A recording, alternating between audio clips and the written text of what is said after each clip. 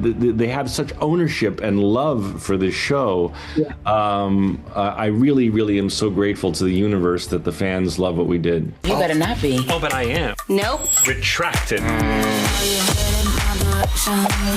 Can't figure out the rhythm? Or maybe you don't have any.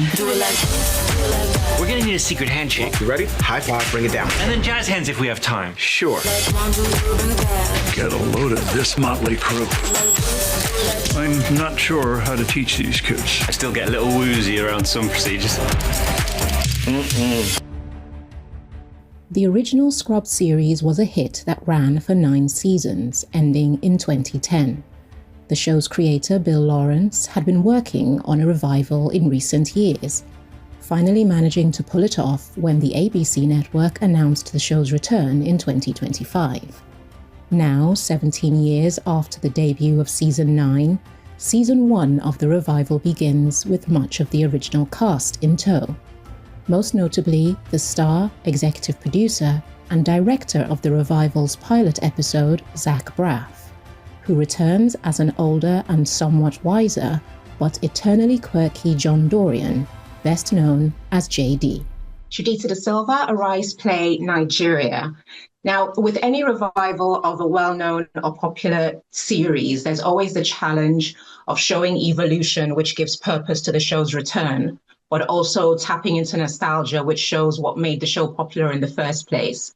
So from your perspective, when considering where Scrubs would sit in 2026, how much of what you drew on was muscle memory and how much was innovation? That's a great question. I think the balance was, how do you give the fans what they want, but also make a 2026 comedy? And over the years that Scrubs was on, we were very conscious in looking back that it tiptoed broader and broader with its comedy, sillier and sillier, and stopped being based in reality. So I think we wanted to reground the show. That was something that was really important to us. So it would still have surreal fantasies, of course. It would still be a mix of comedy and drama. But when we're in the real world, we're in the real world. So I wanted to, I was directing the pilot, and the onus was on me to make sure that we had our nostalgic moments and some of our inside jokes for the fans, but we didn't want to just be like one of those shows that's like, remember this, remember when that happened, remember when this happened. It's just a nostalgia bait.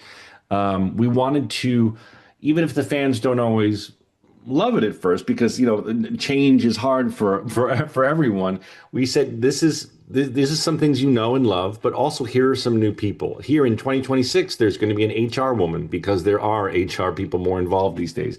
Here in 2026, the Todd can't be as outlandish as he used to be. Hey, it's a teaching hospital. We have to introduce a whole new crop of students.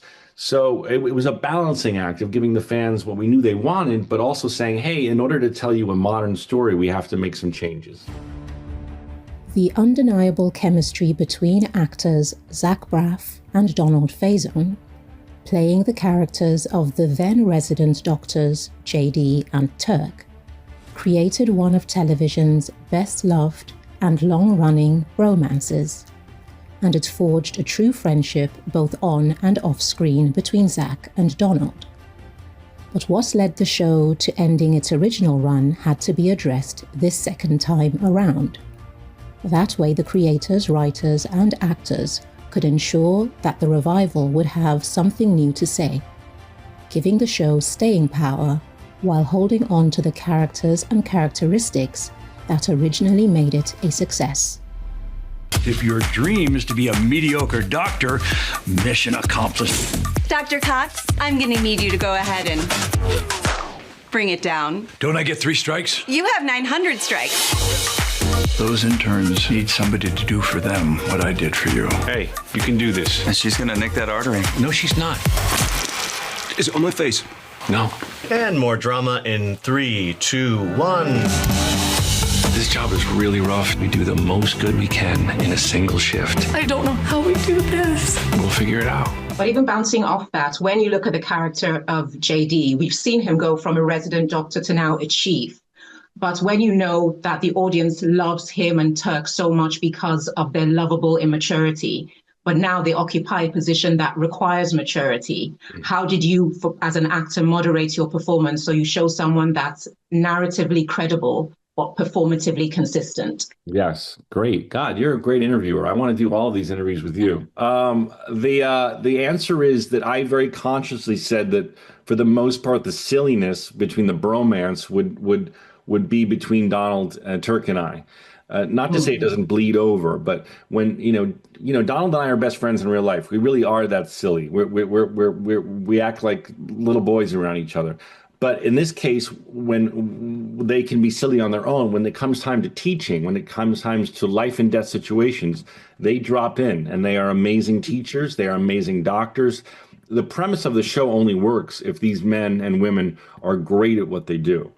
Now, a lot of doctors and nurses will tell you there is so much joking around and silliness just to have a release from the drama and the stress of the workplace. So we decided that for the most part that would stay in the friend group, and then when they're with the students, they would be great leaders and teachers. And just very quickly, was there ever a moment of doubt that you could pull this off when you were considering the revival? Oh my God, every single second until it aired. I mean, I was so insecure directing the pilot, I'll be honest with you. There were scenes where I was like, oh my God, this isn't going to work. I'm so in my head. I'm overwhelmed. And then when we cut it all together, it worked so well. But until the even when the critics liked it, the critical response came out and that was positive, and we were like, oh wow, we weren't expecting that. And then the fan response came out and it was just effusive. And that was the most shocking to me, because they have such ownership and love for this show. Yeah. I really, really am so grateful to the universe that the fans love what we did. Well, congratulations and brilliant work. Not all revivals work, but you made this one work. Congrats. Thank you, Judita. You made my day. Thank you.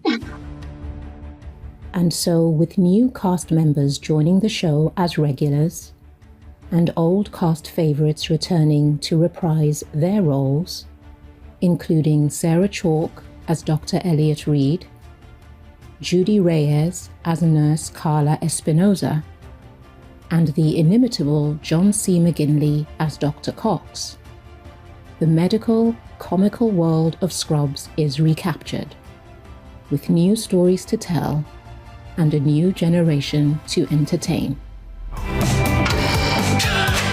Let's go help your patient. You can't do this on your own.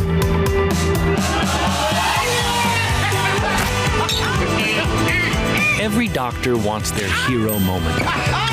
But most of our hero moments are different than in the movies.